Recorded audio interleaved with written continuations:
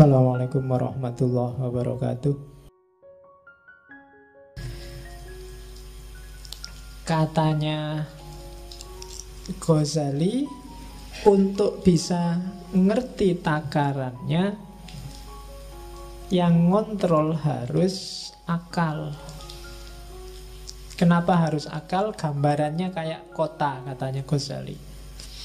Jadi jiwa kita itu adalah kota besar. Rajanya beda sama Farabi kemarin. Rajanya bukan akal, tapi hati. Kolab. Jadi katanya Ghazali, enggak, akal itu bukan rajanya. Akal itu tunduk pada kolab. Suka dan tidak suka, kecenderungan batinmu. Jadi Ghazali melihat manusia itu disetir oleh kecenderungannya. Akal, dalil, argumen, pikiran itu datang belakangan mendukung kecenderungan hatinya. Maka bereskan dulu hatimu, karena hati itu rajanya. Bukan kayak di Farabi kemarin, akal rajanya. Jadi kamu itu ikut partai apa dulu, baru kamu cari dalil kenapa partaimu itu bagus. Kamu itu jatuh cinta dulu, baru cari argumen kenapa kamu jatuh cinta padanya. Kamu suka dulu, baru nyari alasan kenapa kamu suka. Atau tidak suka dulu, baru nyari alasan kenapa kamu tidak suka. Jadi rajanya adalah hati. Maka kan banyak pengajian-pengajian manajemen kolbu. Nah, itu bahas raja. Ya besok kita bikin tandingannya, manajemen akal. Ya. Jadi tugasnya akal apa? Akal panglima perang. Hati itu tugasnya ngasih nasihat, berfatwa. Sementara pekerjanya, panglimanya di lapangan itu akal. Prajuritnya itu syahwat dan amarah. Jadi dua-duanya ya, yang satu wali kotanya, yang amarah itu polisinya kalau katanya Ghazali. Jadi dalam diri kita itu isinya polisi yang marah-marah, kemudian wali kota yang penuh ambisi, dan panglima yang punya kekuatan ngatur, serta raja yang mengendalikan. Begitu rajanya nggak beres, maka panglimanya juga disuruh ngatur untuk ke arah yang tidak beres. Syahwat akan jadi penguatnya, karena dari situ muncul ambisi hasrat. Kemudian kekuatan amarah jadi pendorongnya. Jadi hati-hati, makanya hati harus lembut, baru yang lain ikut lembut. Kalau hati kasar, akalmu juga akan mengarah pada kasar, syahwatmu juga dikontrol oleh kekasaran, dan amarahmu akan semakin menyala. Jadi maka katanya Ghazali, amankan kota jiwamu. Pertama-tama bereskan hatimu, kemudian perintahkan panglima untuk mengendalikan wali kota dan polisi. Kalau enggak, ya alamat kotamu kacau balau. Jangan sampai nanti nafsunya memberontak mengalahkan hati, dan akhirnya nafsunya yang jadi raja. Juga jangan sampai polisinya, amarahnya yang jadi raja. Dan jangan sampai juga akalnya yang jadi raja. Yang harus jadi raja hatinya. Oke. Terus karena itu katanya Ghazali, itu kalimat tak copy paste, hati-hatilah kalau kebahagiaanmu hanya karena urusan makan, minum, dan semua kebutuhan biologis, maka kamu termasuk kelompok bahaim. Kalau kebahagiaanmu terletak pada menang kalah, siapa ranking 1, siapa ranking di bawahnya, siapa yang statusnya tinggi, siapa yang statusnya rendah, maka kita adalah binatang, tapi binatang yang sabuiyah, binatang liar. Kalau tadi bahaim itu binatang ternak, peliharaan. Kalau hidup kita yang bikin kita bahagia adalah tipu daya, muslihat, mencurangi orang lain, maka kebahagiaan kita adalah kebahagiaan jenis kebahagiaannya setan. Dan kalau yang bikin kita bahagia hanya urusan kita menyembah pada Allah, ibadah, tidak membangkang sama sekali, maka kita ada di level malaikat. Bagus tapi tidak manusiawi. Jadi hati-hati, jangan jadi binatang ternak, jangan jadi binatang pemburu, jangan jadi setan, juga jangan jadi malaikat. Nah, susah ya kalau dilarang jadi malaikat. Kamu mesti komplain, loh, malaikat kan bagus, Pak. Enggak. Kita oleh Allah disuruh jadi manusia. Kalau manusia berarti yo ada bahaimnya dong. Yo kita butuh makan, butuh minum, butuh yang itu juga, ya kan? Ya. Padahal aku ngomong yang itu loh, ya kamu kok pikirannya ke sana. Isi pikiranmu berarti yang itu. Aku nggak ngomong apa-apa loh. Terus sabuiyah. Kalau yang ada di pikiranmu sekarang, kapan ya aku ranking 1, kok kalah terus aku, rankingku ranking 40 terus.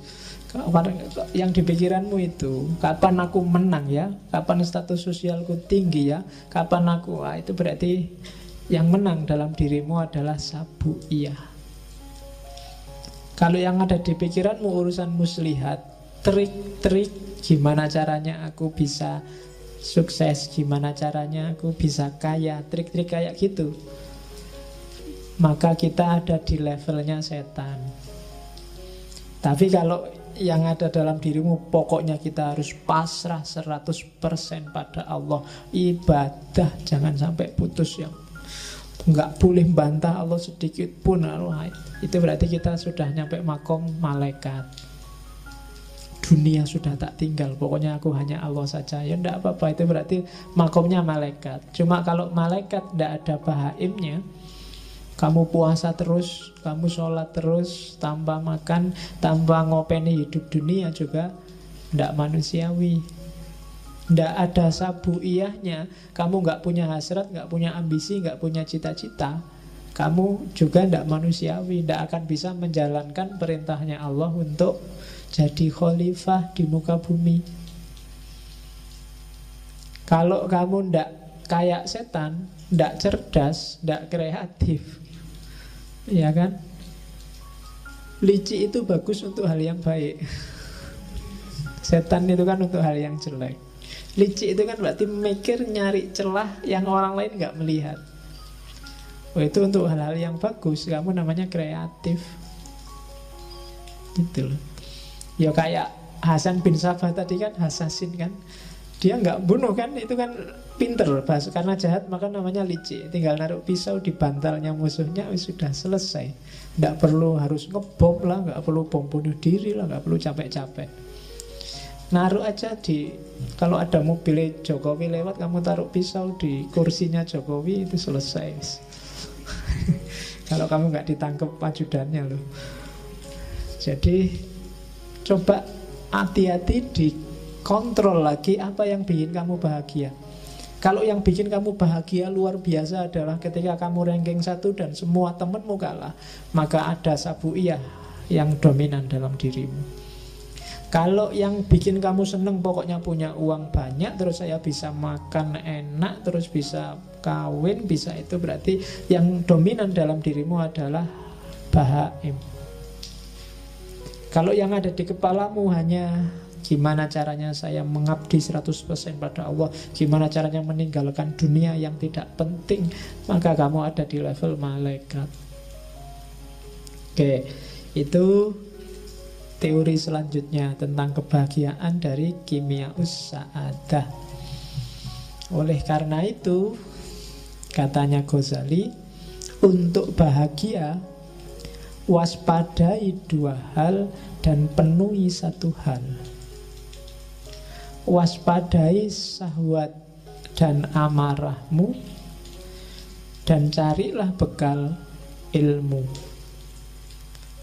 Untuk ngerti semua tadi, untuk bisa kamu muhasabah secara pas dan sesuai, satu-satunya jalan adalah ilmu.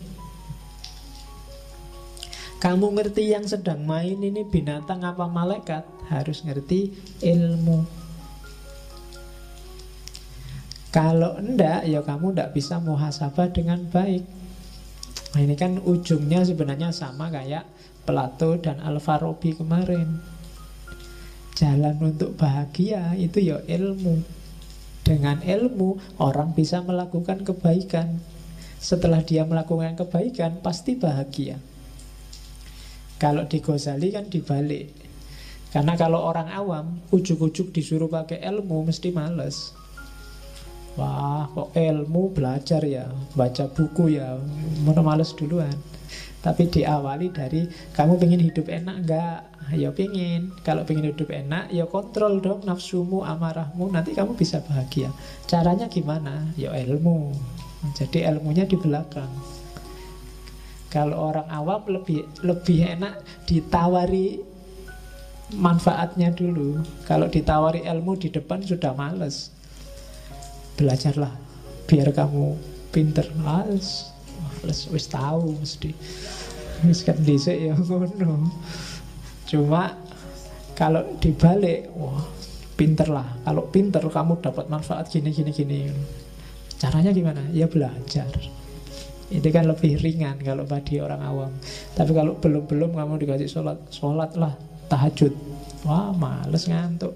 Tapi kalau diawali dari, kalau kamu pingin dapat rezeki lancar, istri cantik, apa? Sholatlah, tahajud. Wah, itu kalau ngerti embel-embelnya di depan, mesti agak semangat di belakang. Nah, ini logika awam. Dan Ghazali paham betul ini. Cara dia memainkan cara berpikirnya orang awam.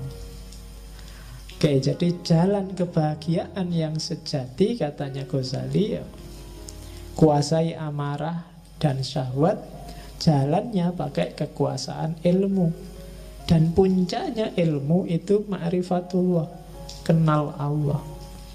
Kalau sudah ilmunya sudah nyampe ma'rifatullah, semua pasti akan tertib. Kamu akan menemukan kebahagiaan sejati. Ma'rifatullah itu dicapai tidak semata-mata dengan baca buku atau belajar teorinya. Beda sama ilmu yang lain. Tapi ma'rifatullah itu ketemunya harus dengan laku.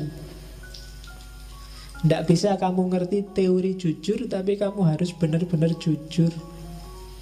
Nggak bisa kamu hanya ngerti teori berbakti pada orang tua, tapi kamu harus berbakti benar pada orang tua. Ma'rifatullah ilmu yang jenis itu.